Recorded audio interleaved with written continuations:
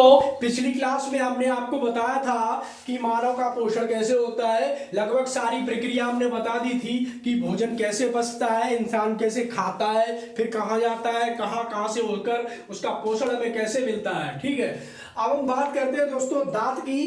तो यहाँ पे दांत आपके दो तरह के होते हैं, एक होते हैं मिल्क टीथ और दूसरे होते हैं परमानेंट टीथ। ठीक है, मिल्क टीथ उसे कहते हैं कि जैसो जब बच्चा पैदा होता है उसके बाद से 3, 5 या 6, 7 महीने के बाद लगभग उसके दांत आना शुरू हो जाते हैं। लेकिन एक बात हम और बता दें आपको कि ये दांत बाहर तो 5, 6 महीने के बाद आते हैं। जब बच्चा गर्भ से बाहर आता है तो 5, 6 माह या किसी के साल भी हो जाती है कुछ कुछ बच्चों की, तो उनके दांत बाहर आते हैं। ठीक, लेकिन जब वो माँ के गर्भ में होता है दांत उसके उसी समय आ जाते हैं, लेकिन वो क्या होते हैं, अंदर की तरफ रहते हैं, मसूड़ों की तरफ, मसूड़ों के अंदर रहते हैं। ठीक है, तो फिर 5, 7, 5, 6 माह में या 1 साल में अंदर बच्चों के जो दांत आते हैं उन्हें हम मिल्क टीथ कहते हैं।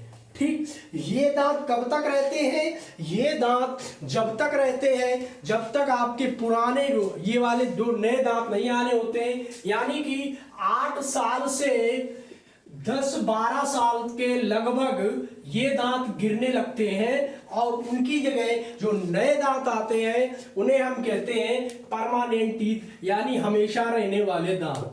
ठीक, अब दूसरी बात, ये दांत पूर्णतः पूरे नहीं होते हैं, ये कुछ कम होते हैं। लेकिन जो परमानेंट टीथ है वो करके, जैसे एक आपका दांत टूटा तो उस जगह दूसरा निकल आएगा, फिर दूसरा अगर टूटा इधर से तो वो इधर से दूसरा निकल आता है। ठीक है, तो 8 साल या 10 साल के बाद हमारे शुरू होते हैं परमानेंट। ठीक है, परमानेंट टीथ। ठीक, अब इन दांतों के प्रकार क्या होते हैं वो हम आपको बताएंगे और चित्र में आपको पूरा दांत दिख रहा होगा।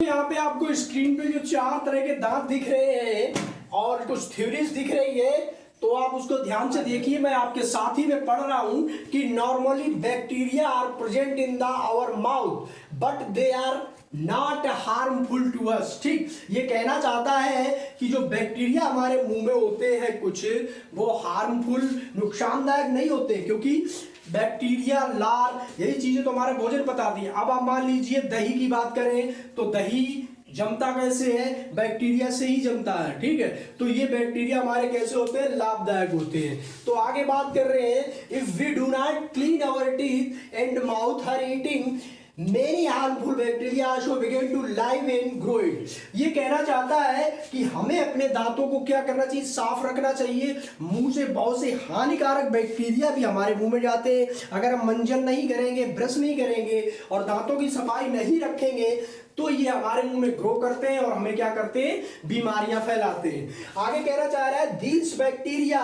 Break down into the sugar present from the left ear of the release acid. ठीक है, इसमें कह रहा है कुछ बैक्टीरिया होते हैं वो क्या करते हैं, शुगर रिलीज करते हैं। कब, जब वो किसी चीज को तोड़ते हैं, बैक्टीरिया ही तोड़ते हैं। ठीक है, हमारे भोजन को कौन तोड़ता है, ये कंपोनेंट्स होते हैं जो बैक्टीरिया, इंसुलिन वगैरह होते हैं, ये तोड़ते हैं। ठीक है, और जो दवाई बनती है, जितनी भी एंटीबायोटिक होती है, ये जीवाणुओं और कवकों की तरह से ही हमारी एंटीबायोटिक बनती है। लगभग एंटीबायोटिक कवक और बैक्टीरिया से ही बनाए जाते हैं।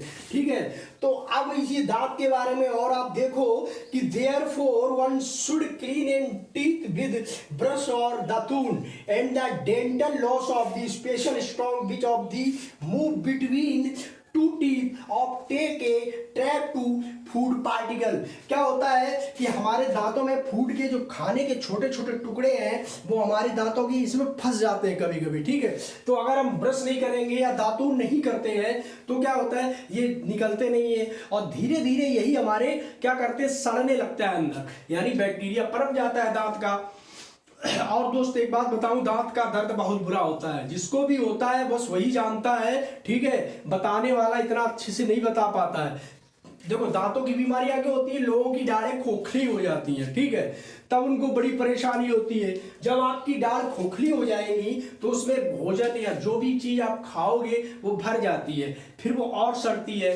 फिर क्या होता है, आप खाना खाओगे फिर आपका एक तरह से ध्यान आपके दांतों के पास ही लगा रहता है। तो इसलिए अपने दांतों की सही से सुरक्षा कीजिए, मंजन कीजिए, ब्रश कीजिए, ठीक है, या दातून कीजिए, लेकिन हल्के हाथों से। ज्यादा साफ चमकाने के चक्कर में दांत और खराब हो जाते हैं, क्योंकि हमारे दांतों के ऊपर जो कैविटी जमी होती है हल्की हल्की, वो क्या होती है, कैल्शियम की होती है, ठीक है। अगर हम रगड़ के ब्रश करेंगे तो ऊपर का कैल्शियम वो वहां से हट जाएगा, ठीक है, दांत तो सफेद हो जाएंगे, लेकिन धीरे धीरे वो कमजोर हो जाते हैं, ठीक है। इससे क्या दांत आपके घिस जाते हैं, किसी किसी के दांत बीच से टूट जाते हैं, तो ठीक है। तो इसका सबसे बड़ा कारण होता है दोस्तों कैल्शियम की कमी। आप कैल्शियम भी अच्छे से लीजिए तो आपके दांत और हड्डियां दोनों मजबूत रहती हैं, ठीक है।